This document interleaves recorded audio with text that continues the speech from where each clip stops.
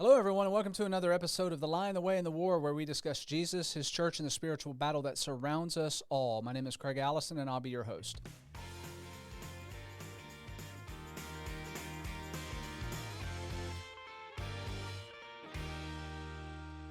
Okay, hey, welcome back, everybody. We have a returning guest, beginning to be kind of a regular person here, but I love it. Kelsey Hart Thrash is our mental health expert on this show, and I probably get more responses every time you're on the show than anything else. So I have to have you back. Really? Yeah. Okay. Yeah. Actually, the questions that we're going to be talking about today, or the things I'm going to run by you, are some of the questions that I've gotten from people after listening to the show. They're saying, why don't you talk about blah blah blah? Okay. And so I'm like, I know just the girl to do that. And they're like, yes, I know. That's why I'm asking. I'm good at talking about blah, blah, blah. Yes, you are.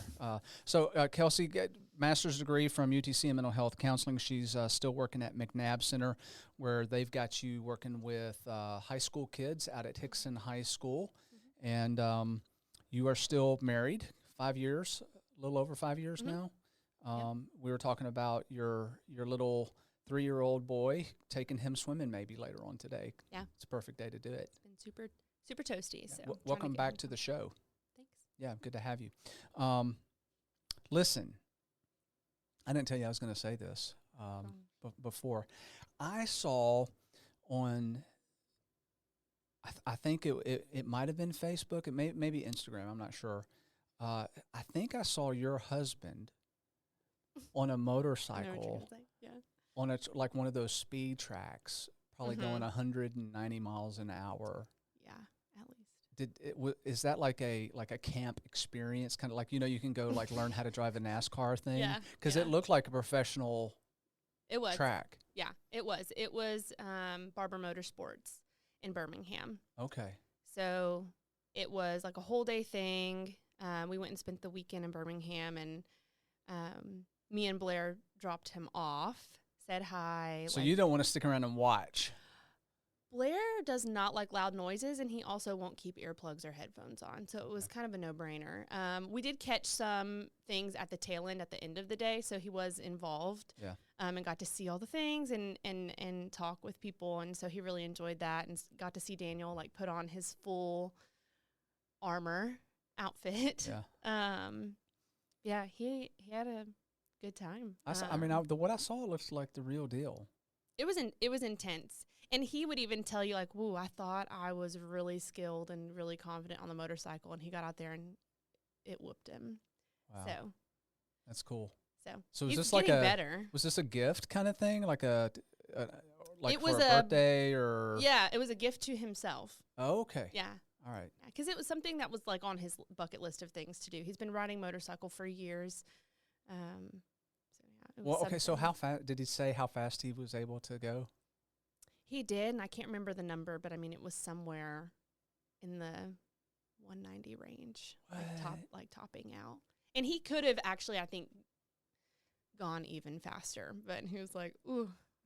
It was a totally different bike too. He's more comfortable on his bike, but we didn't take our bike. Yeah. They were provided to him, so he had to learn a new bike. Yeah. That same day that he was learning all these other skills and techniques. And so you were okay with this? This was not. I'm okay with it. I think it's also because my dad and my brother and my family rides, and so do some people on his side of the family. So we're comfortable with it.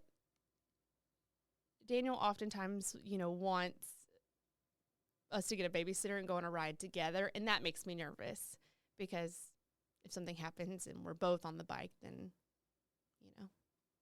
Blair's. Okay, well, Daniel, if you're listening to this, I think you are insane for doing that. What's the word I can use now that's politically correct? I was going to say crazy, but I don't think you're allowed to say that anymore.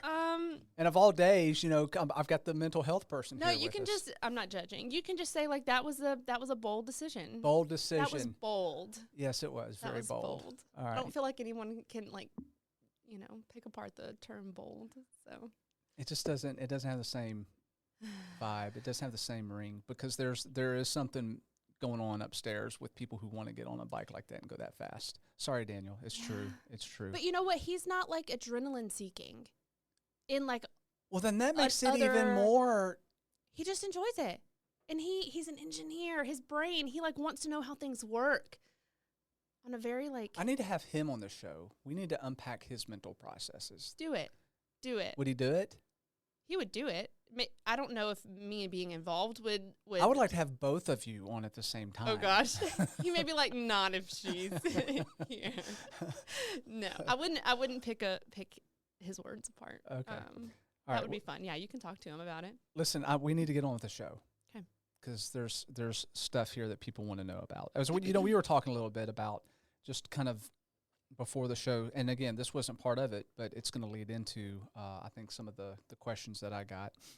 We're talking about Generation Alpha, and these are the kids that you're beginning to see, as working with younger people. These are the kids that have literally had social media their entire life. They don't know anything not screen related, and their parents are like the more of the front end of that, where they really have been exposed to, I would say, a high degree of screens and social media.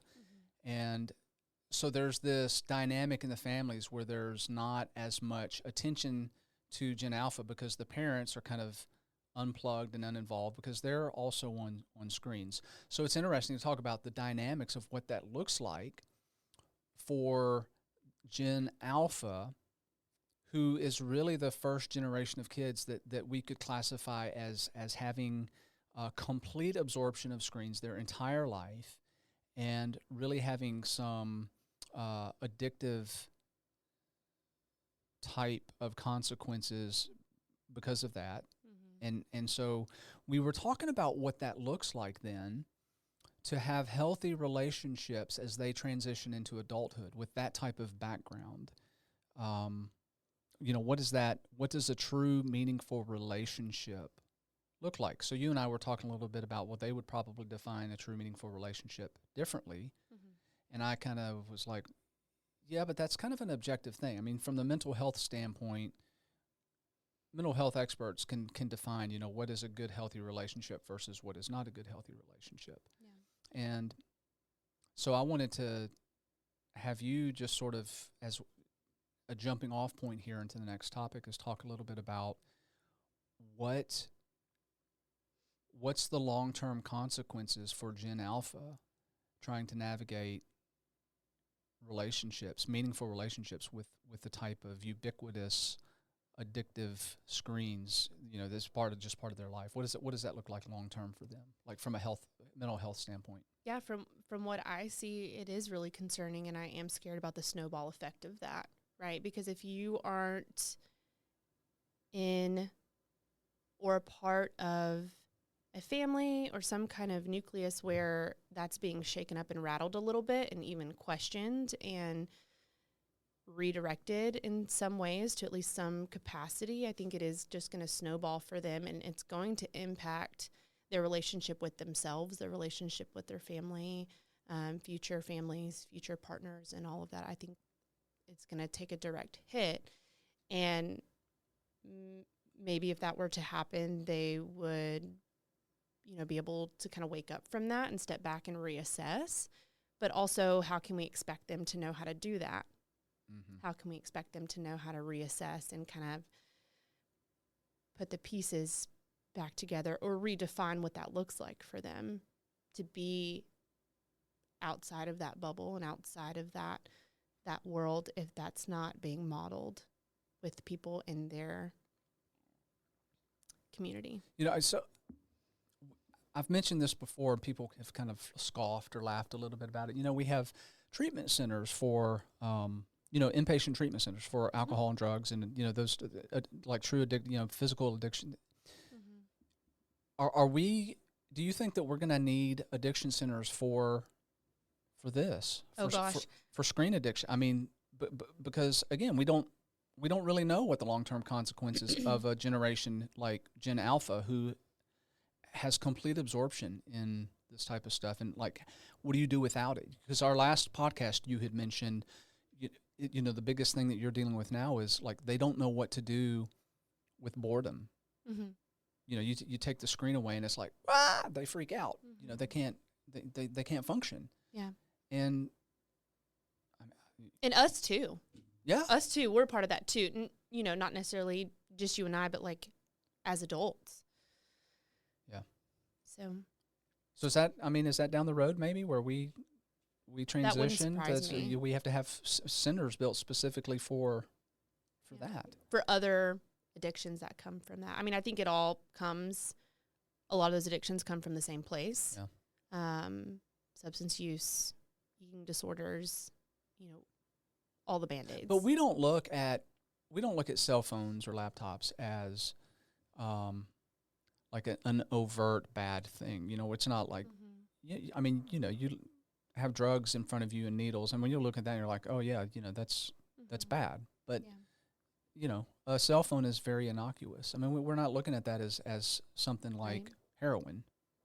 Right. And maybe it is, maybe because it may be having some of the same, dopamine issues that are going on in the brain. Right. I agree with that. So to me, not that I'm a proponent of fear tactics, but I mean, I think that's the reality, is that it does change your brain chemistry so much, and it impacts your whole mind, your whole body. Yeah. When you are addicted to a screen and addicted to technology and all these things in general. And so I think the tough part is coming back to balance, right? And people have had the argument over and over again from different religious standpoints, even of like alcohol in moderation, and if people see that as good or bad.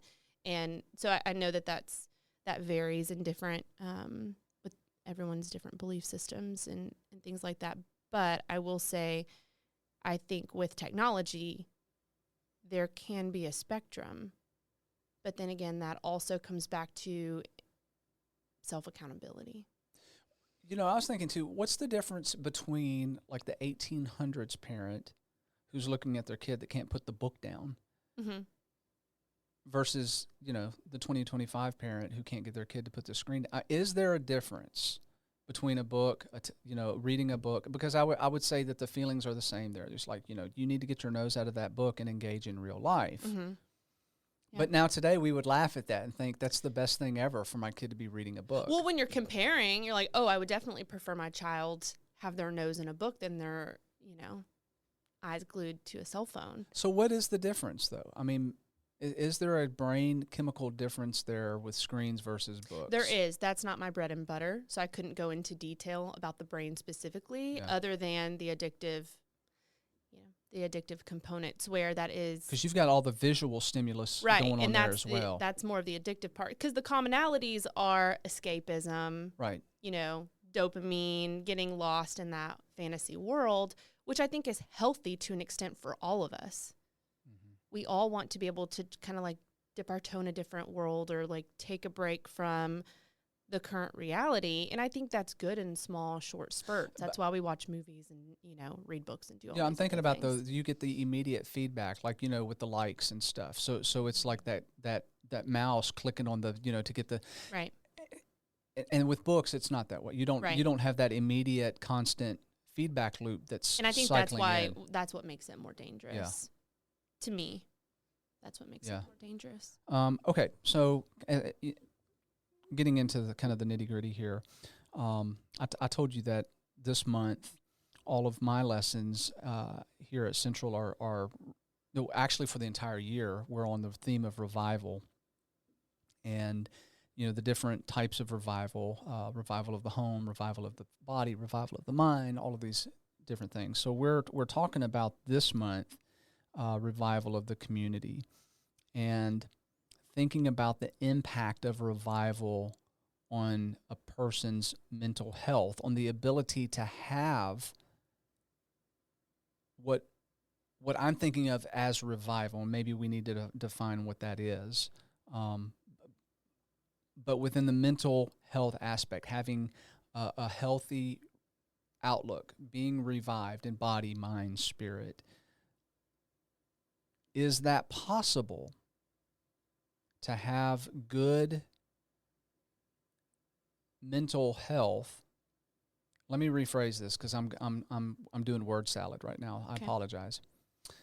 Think of the easiest way I can say this. Can you have revival? Is revival possible? And let's just define revival in our conversation as like the mind, body, spirit thing. So having this sense of, overall good feelings and Like alignment. alignment. Okay. Okay. Is that possible to have that type of revival with poor mental health?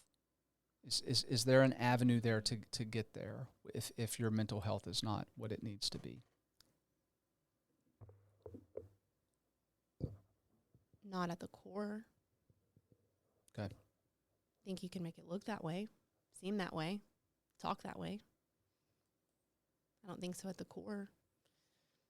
And that's not to say that any like revival in full like alignment and feeling like you're walking and talking and feeling and believing and doing all the things. Like those areas are probably not going to all feel fully revived all the time, all of those areas. And, okay, and I guess I should have said too, because we probably got listeners that are like, what is he talking about revival? We don't live in a constant state of revival. Mm-hmm. Life ebbs and flows. Right. And I think, it's the whole, you can't appreciate the top of the mountain without going through the valley first. Like if you're always on the top of the mountain, you have no idea, oh, life is great. So there's these, ebbs and flows of life. Mm-hmm. And when we talk about mental health and we talk about depression mm-hmm. and sadness and people who are chronically depressed, they can't get out of the valleys, right? So they stay sad, they stay depressed because they're down in this state. And so revival needs to happen for those. Everybody needs revival mm-hmm. at some point in their life, and hopefully often. Hopefully the valleys are brief periods of reflection, periods of learning, mm-hmm. and then you work your way out of that, and we'll call that upward climb, the revival mm-hmm. piece of it. Okay, right. So it's important for everybody to experience revival of some type. And so you're saying that if we're not in a state where our mental health is good, then we stay in those low areas. We can't experience revival. Yeah. Okay. So doesn't mean that everything during that time is a wash. Right. Of course, too. Right. People are going to come in and out of your life in seasons where that's where you're at, and maybe that's the catalyst. So there can be a lot of catalysts in that, but I don't think the result is the same of trying to. Yeah, I'll just stick with that. Yeah. Well, and obviously, I want to look at this within the scope of our spirituality, mm-hmm. of Christianity, yeah. and try to understand that there's something alarming about a Christian who cannot experience revival. Mm. Right? Mm-hmm. And what is that speaking to at that point? Like, is that something that should be focused on and addressed from a mental health standpoint? Because I know that there's probably a lot of Christians that are listening that really have a hard time climbing out of those darker places. Those climbs of revival are few and far between. And I'm thinking of a few people that I've known that I don't even know that they've had a successful climb out, maybe a little bit, and then they fall back in. Yeah. And so what is that? How do we reconcile that with the idea of Christianity and what Christianity and life in Christ is supposed to mean? I think the first thing I wanted to mention is I think a lot of us in today's world are spending, we want the revival. Maybe we're stuck mm-hmm. in the valley. And I don't know about for you, for me and what I'm seeing in my clients, personally and professionally, I feel like I've spent more time in the climb, or maybe my own perception of what that climb is, right? And not necessarily at the peaks or the valleys. And the climbing, the nonstop climbing is exhausting. And so I think if we don't have a catalyst, if we don't have that spiritual discipline, or we don't have the habitual discipline, maybe of just like moving our bodies, just like basic physical health, right? The community aspect, like if we don't have some type of catalyst to push us up, it's normal, and it's going to happen that we're going to become exhausted from the constant climb, and then fall back down, and then try to, wait it out, or we push through and we see if there's another season and we get, enough of a catalyst going. Now, Miley Cyrus would argue with you that it is all about the climb. Mm-hmm. Is that? Mm-hmm. Is that the words? Yep. It's the climb. Yeah. Yeah. So, yeah, I mean, I get the there's the destination is not necessarily the end goal, that there's this process that's involved. You learn a lot in that process, but that also, it is about the climb. That's where a lot of the hard, uncomfortable stuff, and also the really good, joyful stuff happens in the midst of all of that. And if you never get to that point at the top, the revival, that's also really difficult. Right. You do need to reach the destination. You do need to reach that from time to time. Yeah. Otherwise, what's the purpose? What's the motivation? Right. And I think that's how we get stuck in that depression cycle, that like snowball, that, festering and all of that, because maybe you don't have a motivation or a purpose. And I think that's, from a spiritual standpoint, I think you just hit on something. I think that is the enemy coming in, and he doesn't want you to even get started. He wants to just keep you down in that hopeless despair and say to yourself, there's no point in even trying. I'm stuck. I'm not. Right. And so how does that get addressed? Yeah, I would say right off the bat, my initial thoughts on that is your output is similar to what your input is going to be. And what I mean by that is we're consumers. So what are we consuming? If 50% of what you are consuming is trash, what do you think you're going to be feeling on the inside, and then the energy that's going to be given out? Yeah. And so that makes me think of just the importance of being plugged into church community, because, and we've talked about this before, just how important other people are in your life, having relationships, deep, meaningful relationships, which that I wanted to tie this back into our beginning conversation, because that's, for me, I think a huge concern looking forward for Generation Alpha is if they don't understand what that looks like, what deep, meaningful relationships look like, they're not going to appreciate community. And you mentioned before the show, we think that we're in an epidemic of depression and anxiety rates right now. Well, let's just wait until we see Generation Alpha, who's not able to establish community. You talk about not having the motivation and being stuck in those valleys. What does that do to the suicide rates, the depression rates, and all of that? Right. So they skyrocket. Yeah. And that's what I'm fearful of, especially now that I have a child to think about. Yeah. Who's eventually going to get to that point. Yeah. So, take away now from this conversation, this part of the conversation, for parents listening that have young kids, is you better start now thinking about how you're going to be navigating those, the screens, social media, and whatever technology progression that looks like in 5-10 years down the road. Yeah. And I actually have a lot of conversations with my students, and I, when involved in my current focus working with high school students, when I'm doing family sessions or advocating for a student with a guardian, I very intentionally try to balance validating both parties, both sides, right? Yes, to the student, you want to feel connected and have that community. And during times like COVID, thank goodness. Yeah. Right. Yeah. And other times like that's been appropriate. And that's why I think moderation and balance is so important, is because it's not all good. It's not all bad. Right.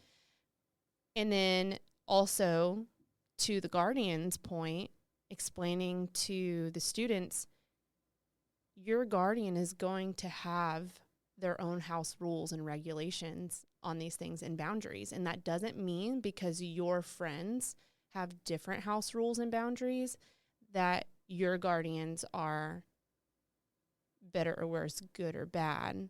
It's not them trying to be unfair or punish you if maybe you only have so much screen time and your friends have unlimited.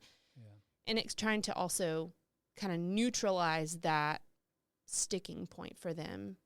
You know, and that's huge, because I remember when my kids were younger and we had different house rules as far as screen time than other parents did. You know, we were more strict with ours, and that is a huge battle. And you know, my wife and I, Betsy and I would get frustrated and angry because like the rest of the parents weren't on the same page with us. You know, it's like, and so our kids go to school and they, you know, or they go to a friend's house for the weekend and they have, you know, free reign, free license. You know, it's just like, you know, there are no rules, do what you want.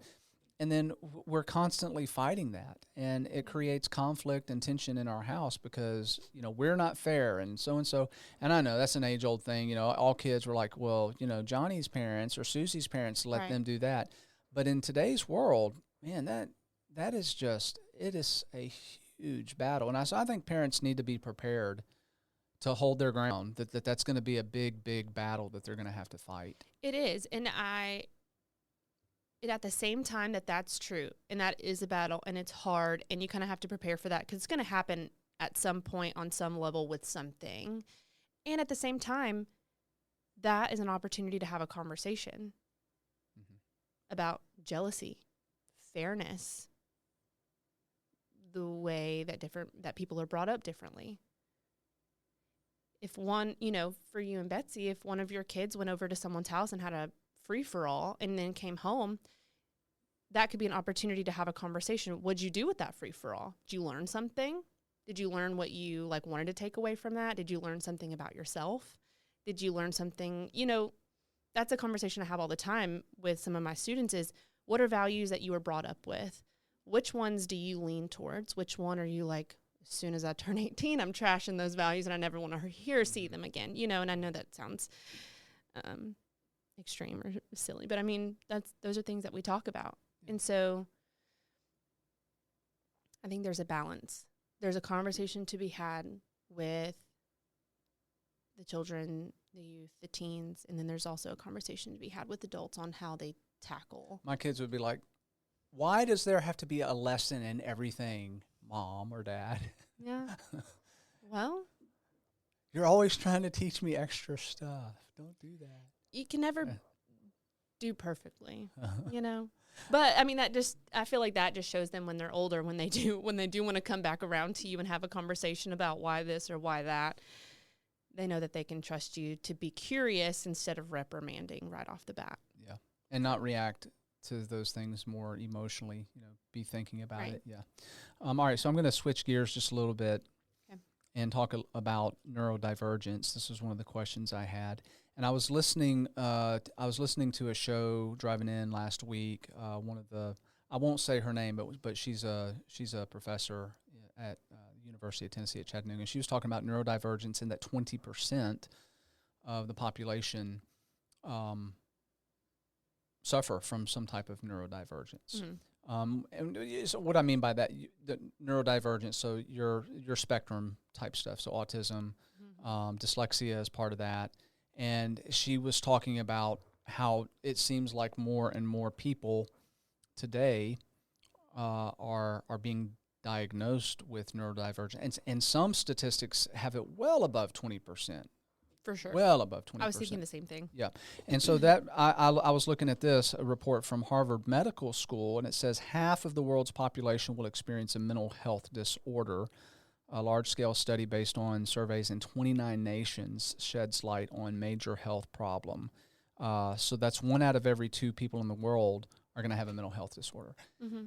So I'm wondering, based on that, why such this explosion? Why such this change? I mean, is it environmental factors? Are we just like over-diagnosing people today? Do we just need to have a reason for people to have these divergent behaviors, like, oh, I need an excuse so I can act the way I want to act, so I can act badly, I can act poorly, and you know what? You can't point your finger at me because I'm, I have a neurodivergence, or I have some, mental health disorder or whatever. Yeah. What are your thoughts on that? I think over time, there's been this constant back and forth where generations come in and they try to say, don't put us in a box. And then generations come in and say, actually, kind of putting us in a box is kind of relieving. And whether that's for more of like the workforce, right? Of like you are whatever you are on paper, nothing more, nothing less, do your job, right? And so I think there's something to be said about having not the label, but like having the name to it or having the label to it, right? So how this shows up for me in my work is I will tell someone if I have documented in their chart if they have depression, anxiety, PTSD, autism, ADHD, whatever it is.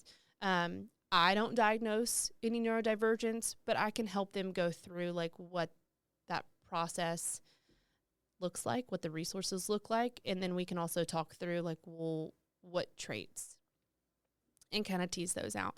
But as far as like mental health diagnoses go, for some people, having that diagnosis means a lot to them. It makes sense. It's validating. Doesn't mean that they're just going to use it as what you're like an excuse for all the different accommodations and things, right? And for other people, they don't want to know because maybe they feel like they would be susceptible to that, or maybe there's more of the shame that comes along with having, like knowing that someone else knows, right? Or knowing that this is official, whatever, So, I'm thinking back to when I was young, and there was one kid in our class who he was being checked out every day for an hour, and then he would come back, and it somehow slipped that he was having to go see what we called a shrink. Mm-hmm. And it was very negative type connotations there. He got just so harassed by all the other kids, that he was crazy, because we were not in tune with, Right. And today it's like, yeah, I've got to go see my counselor. Mm-hmm. I mean, there's just it's just like everybody's got to go talk and process stuff. It's just a common. If you don't, you're abnormal. If you're not, I mean, that's the like the weird thing is if you don't go see somebody. It's definitely odd, and I hate that. I hate that that's the stigma. I'm glad that is now available and being talked about to the point where people can go do it with less of a negative stigma, and I think it's unfortunate that we are in a mental health crisis and that we have to use those services to the extent that we are. Does that make sense? Yeah, it does. And I'm wondering, are we in a mental health crisis, or are we truly overdiagnosing? Are we just are we in an environment where we're having generations now that they just can't cope? I mean, they're just soft. Not to sound harsh, but they're like lack of distress tolerance. Like I think I mentioned last time, like not teaching. Families not teaching their children, other members of their family, how to be in distress and be okay, and something not hit the fan because we're in distress. And we call it coping skills, right? Right.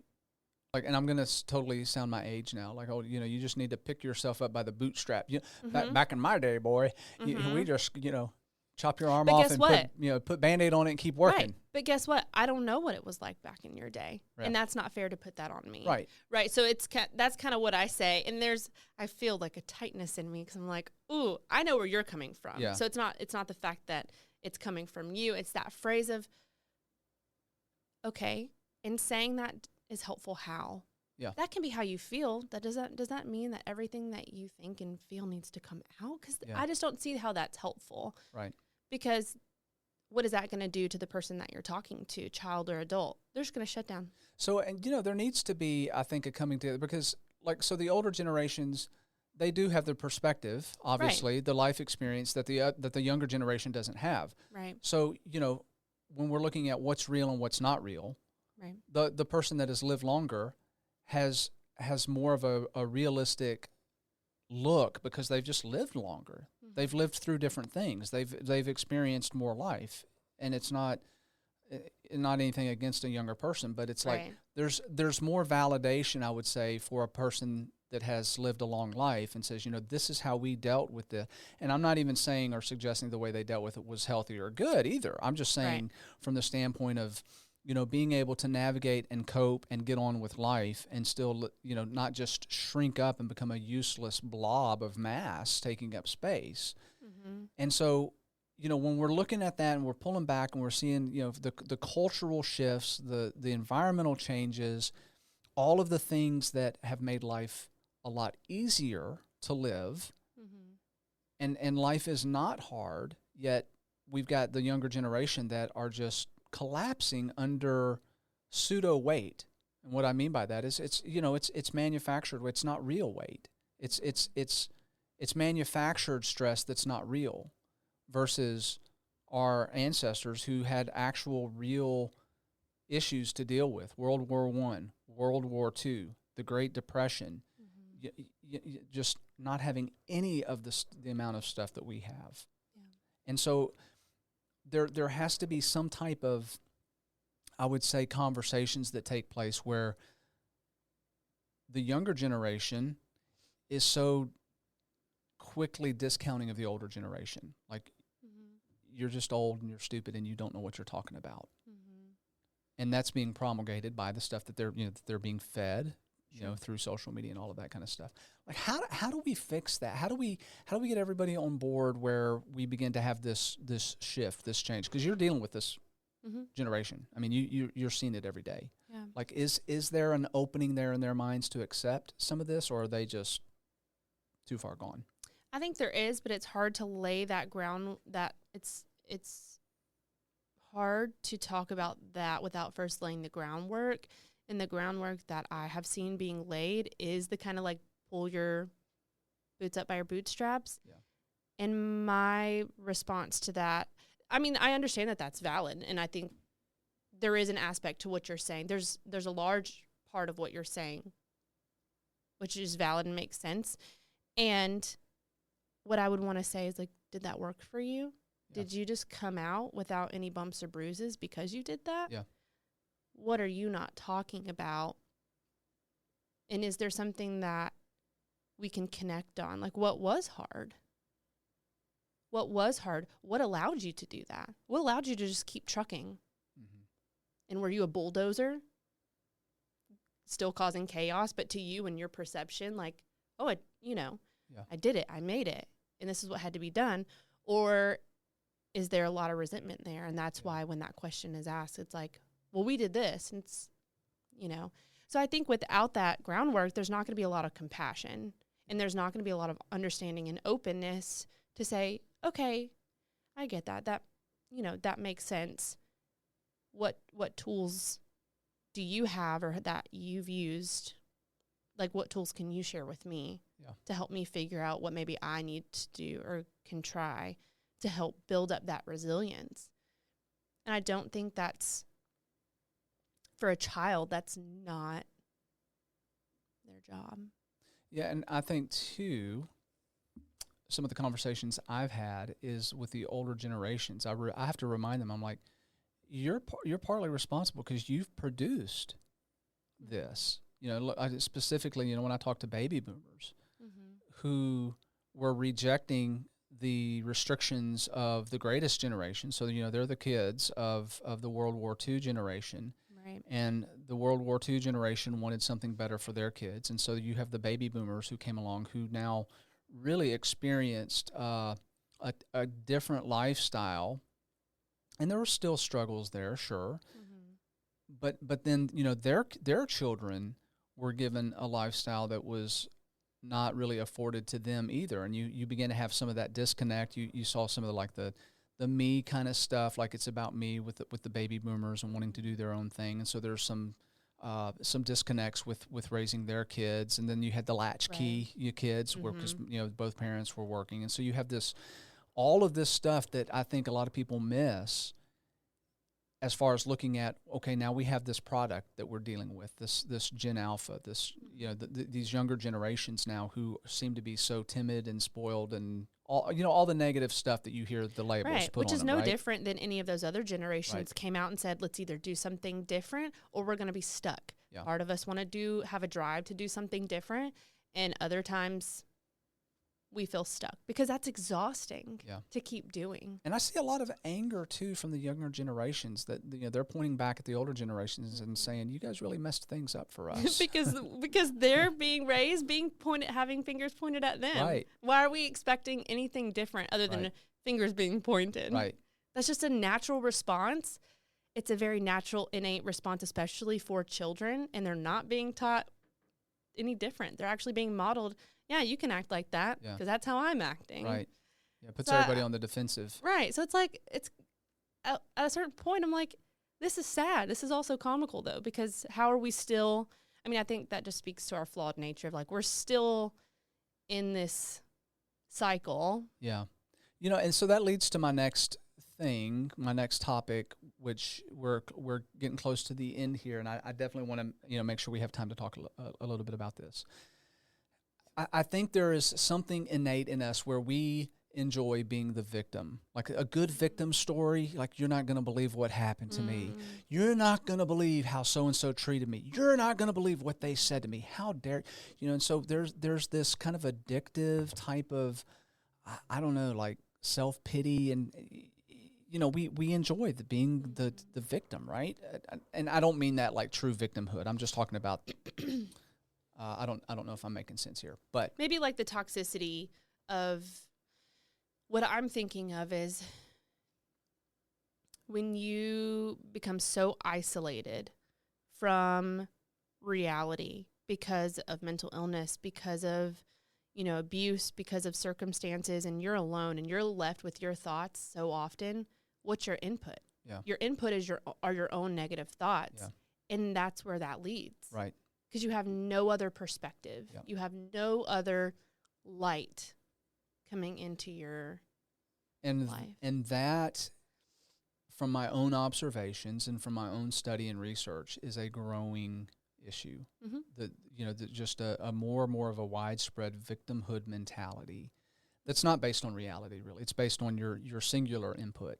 Mm-hmm. And the so feelings it's just, are real, but they're not always based on reality. Yep. And it's self-perpetuating, and it grows. It in the person's mind, it becomes bigger and bigger and bigger, and it's so hard to break out of that because A, they're stuck in that cycle. Mm-hmm. B, there's that kind of addictive that like it's that self-pity is feeding itself, and so there's that kind of addictive nature to being casting yourself as the person who's always being done wrong. Mm-hmm. And so the question then comes in, when you compare that type of, we'll just say false victimhood, how does that fit into the narrative of being created in God's image, Imago Dei? Because I'm not saying that these folks that are doing this are non-Christian. I'm talking about and to the Christian community. Mm-hmm. That's where I'm seeing this this victimhood mentality, and I'm sitting back and I'm thinking, yeah, but you understand that you're the daughter of the King. You understand that you're a child of God. You understand that you have been created in God's image. Mm-hmm. Why do you keep talking about this stuff? Why are you in Why this? Are we stuck on this? Yes. Yeah. I think there's a lot of different things I could say on that, but just say it, Kelsey. I think Say it. that's easy for you to say. No, I think we get stuck, and people can get stuck in that mindset. I also think, where is the accountability? Where is the accountability? What do you mean by that? For the person who may be experiencing that and is stuck, it's not yes, but it's yes and. But we don't talk enough about the duality of that, of the and. So, yes, you are a victim, or you have been a victim to these things, or I believe I've been a victim to these things. And what do you want to do with that? What do you want to do with that? And that's a choice. Just like I have a diagnosis of X, and what do I want to do with that? Do I want to be stuck? And I'm not saying I get to choose whether or not I'm depressed or anxious or, triggered in some way, but once you have the knowledge, once you have the label, once you've named it, then what? Because we can name it and label it all day long and call it whatever we want, pretty, not so pretty box, whatever. Then what? Because as a society, we've gotten really good at labeling, not so much at the execution. I'm wondering, too, if the community that should be around that person, because that's where my mind went when you said accountability, is having honest conversations with the first of all, are we leaving that person alone? I mean, are we isolating them? Are we reaching out to them? Because it's hard for us to point fingers if we're not going to surround ourselves and put our arms around people and love them like Christ loved them, right? So that needs to be a piece of it. We need to check ourselves first. Right. But then, if you are doing that, if you have done that, I think that people that are caught up in that cycle really need to have daily reminders from the community that is surrounding them that's saying, hey, I hear that you feel this way. And I'm sure that, you believe that your feelings are valid, okay? And I'm not invalidating your feelings, so right. This is the counselor talk, right?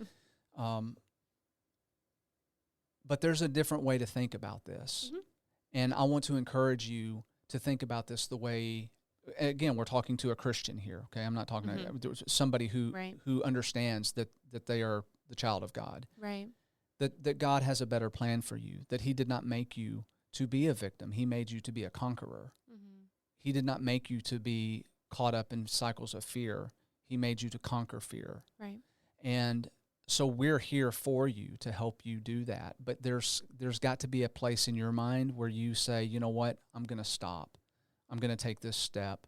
And it might be scary, but I know that I'm created in the image of God. I am an image bearer of Christ. I am Imago Dei.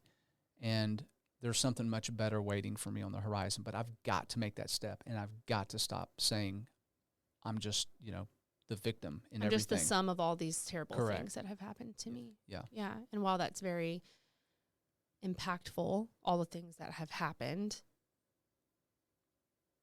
do you want to process that, as difficult as that can be, and move forward, or do you want to stay stuck? Yeah. And I think that comes back to, we can't make someone want something. Right. We weren't created, we're not robots. Yeah. So, and I think that's frustrating, because sometimes it would be, easier to help someone if it was just, oh, I did my thing, I checked my list, and then they get to say that, they get to check me checking on them off their list, and then ping. Yeah. We're good. Moving on. I just don't, it's just not how it works. No, because it's a lot messier than that. For sure. Yep. And I think as Christians who are listening, who may have a friend that is stuck in that cycle, God didn't give up on you. He gave you chance after chance. I mean, we need to stay in this for the long run. It's not a short-term type proposition. Yeah. I mean, we're in it for the long haul. And that's so. Yeah, I think that's one of the takeaways on this. Okay, so we're going to wrap things up. A couple announcements to make. I'm going to have you in just a minute close us out with your final thoughts, which is a scripture of your choosing. Yes. Always love to hear what people have to say that. So a couple big announcements. Awaken Chattanooga starts next Wednesday. So be sure that you are checking our websites and our social media feeds. This is an event that is new here at Central. We're hoping to make this one of the premier conferences in this area. And let me tell you, coming up, we have such an incredible line of speakers. You're not going to find another lineup like this anywhere in any conference in the Southeast. Some truly remarkable speakers. These guys are at the top of their game. We're going to have some food trucks here. All of that starts at, I think, 5:30 for the food trucks because the conference starts at 6:30. So that starts next Wednesday. Also, if you haven't already done so, take a look at Ministry League, one of our sponsors. Take a look at their app. If you do take a look at their app, you are going to download it because you're going to see this app is incredible. And it's I don't like a lot of apps on my phone, but Ministry League is one of the apps that I have there. So if you're looking at your screen and watching this on our YouTube channel, you've got the QR codes right there that you can look at.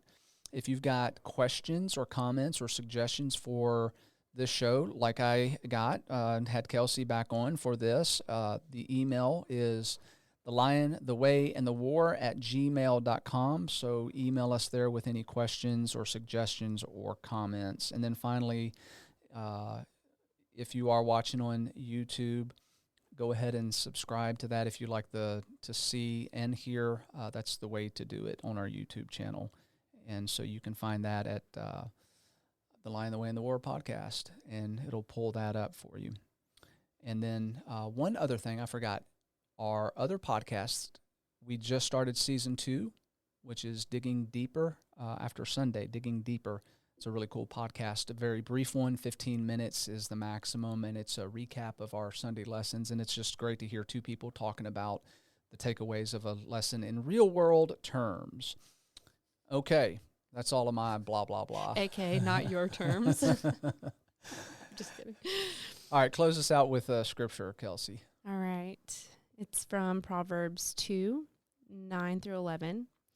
Then you will understand righteousness and justice and equity, every good path. For wisdom will come into your heart, and knowledge will be pleasant to your soul, and discretion will watch over you, and understanding will guard you. That's such a counselor scripture. I need to write, what was that? Proverbs what? That's a good one. 2:9-11. 2:9-11. That's what I'm here for. So. I forgot all about that one, but that's such a, I need to have that up in my office frame. That's a great scripture. Yeah. Great. All right, folks, until our next podcast of The Lion, the Way, and the War, love one another, be kind to one another, and remember that the creator of the universe loves you so much that he gave up his only son for you. Have a blessed day.